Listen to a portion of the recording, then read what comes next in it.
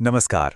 आज बात करते हैं एक बहुत ही मशहूर कन्नड़ कहानी की, जो सुनने में तो बड़ी सीधी-सादी लगती है, पर है बहुत गहरी। कहानी का नाम है दही वाली मंगम्मा। और ये सिर्फ एक दही बेचने वाली की कहानी नहीं है जी, ये तो एक परिवार के बनने, टूटने और फिर से एक होने की दास्तां है। सोचिए जरा, क्या एक छोटा सा मामूली सा झगड़ा एक पूरे परिवार को तोड़ सकता है? और फिर क्या कोई बाहरी खतरा उसी टूटे हुए परिवार को वापस जोड़ भी सकता है? बस यही सवाल है जो इस कहानी के दिल में बसा है। तो चलिए, अब मिलते हैं इस कहानी की हीरोइन से। इनका नाम है मंगम्मा और ये वेंकटपुर नाम के एक छोटे से गांव की रहने वाली हैं। तो ये हैं मंगम्मा, एक विधवा औरत, लेकिन हिम्मत और मेहनत की मिसाल। अपने दम पर सिर्फ अपना ही नहीं, बल्कि अपने पूरे परिवार का पेट पालती थी। तो मंगम्मा की पूरी दुनिया ना अपने परिवार के इर्द गिर्द ही घूमती थी। सोचिए, रोज गांव से 3 मील पैदल चलकर बेंगलोर जाना, दही बेचना, ये सब क्यों? ताकि उनका बेटा, उनकी बहू नजम्मा और उनका प्यारा सा पोता सब आराम से रह सकें। वो सिर्फ पैसे नहीं कमा रही थी, वो असल में अपने परिवार को एक साथ जोड़े हुए थी। मगर जैसा अक्सर होता है, ये जो शांति दिख रही है ना, ये ज्यादा दिन टिकने वाली नहीं थी। एक बहुत ही आम से घरेलू झगड़े ने सब कुछ बदलने वाला था।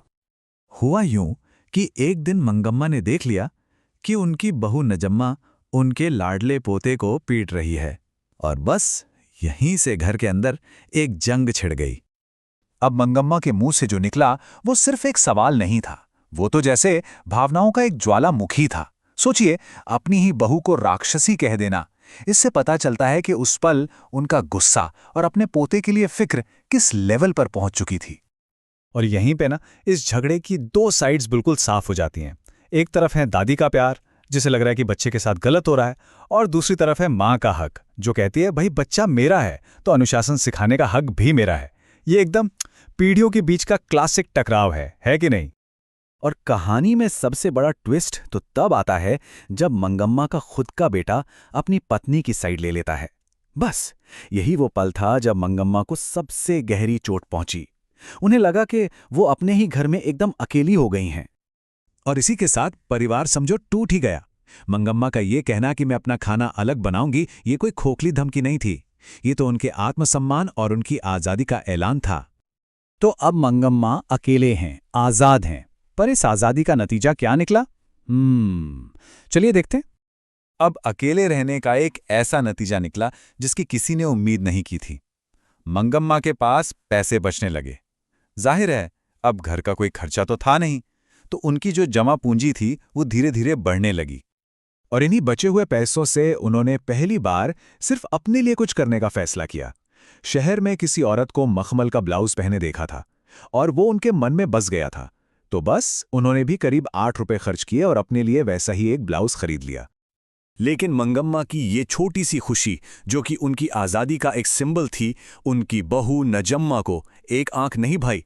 उसका ये ताना ये साफ साफ दिखाता है कि उसे अपनी सास की ये नई आज़ादी और ये खुशी कितनी ज़्यादा चुभ रही थी, और इससे दोनों के बीच की खाई और भी गहरी हो गई। मंगम्मा के पास जो ये पैसा जमा हो रहा था ना, उसने सिर्फ घर के अंदर जलन ही पैदा नहीं की, बल्कि बाहर से एक नए खतरे को भी दावत दे दी। और यहीं पर एंट्री होती है कहानी के विलन की, रंगप्पा, गांव का ही एक लालची जुआरी आदमी। और जैसे ही उसे भनक लगी कि मंगम्मा के पास पैसे हैं, बस उसकी बुरी नजर उन पैसों पर गड़ गई। रंगप्पा ने फौरन अपना जाल बिछाना शुरू कर दिया।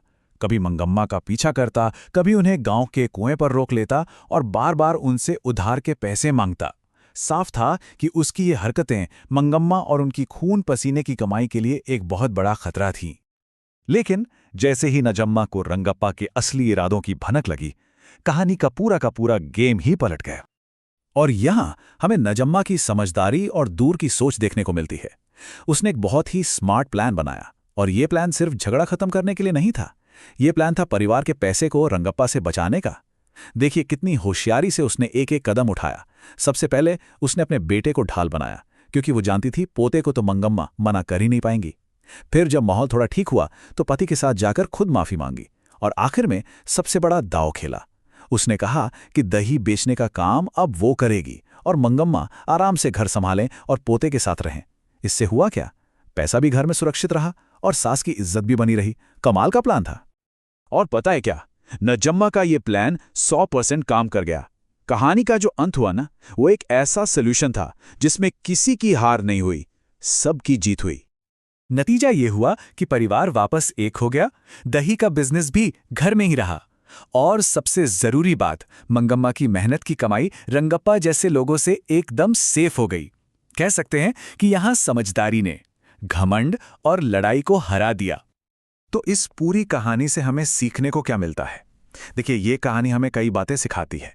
एक, कि परिवार के रिश्तों में पैसा कितना कॉम्प्लिकेटेड रोल निभा सकता है।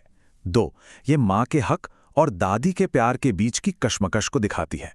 ये भी बताती है कि कैसे हमारा घमंड हमें अकेला कर सकता है, जबकि थोड़ी सी समझदारी टूटे रिश्तों को भी जोड़ सकती है। और हाँ, सबसे बड़ा सबक कि जब बाहर से कोई खतरा है ना, तो परिवार का एक साथ रहना ही सबसे बड़ी ताकत होती है। और आखिर में ये कहानी हमें एक बड़े सवाल के साथ छोड़ जाती है कि इस पूरी कहानी में असल में ज्यादा समझदार कौन था?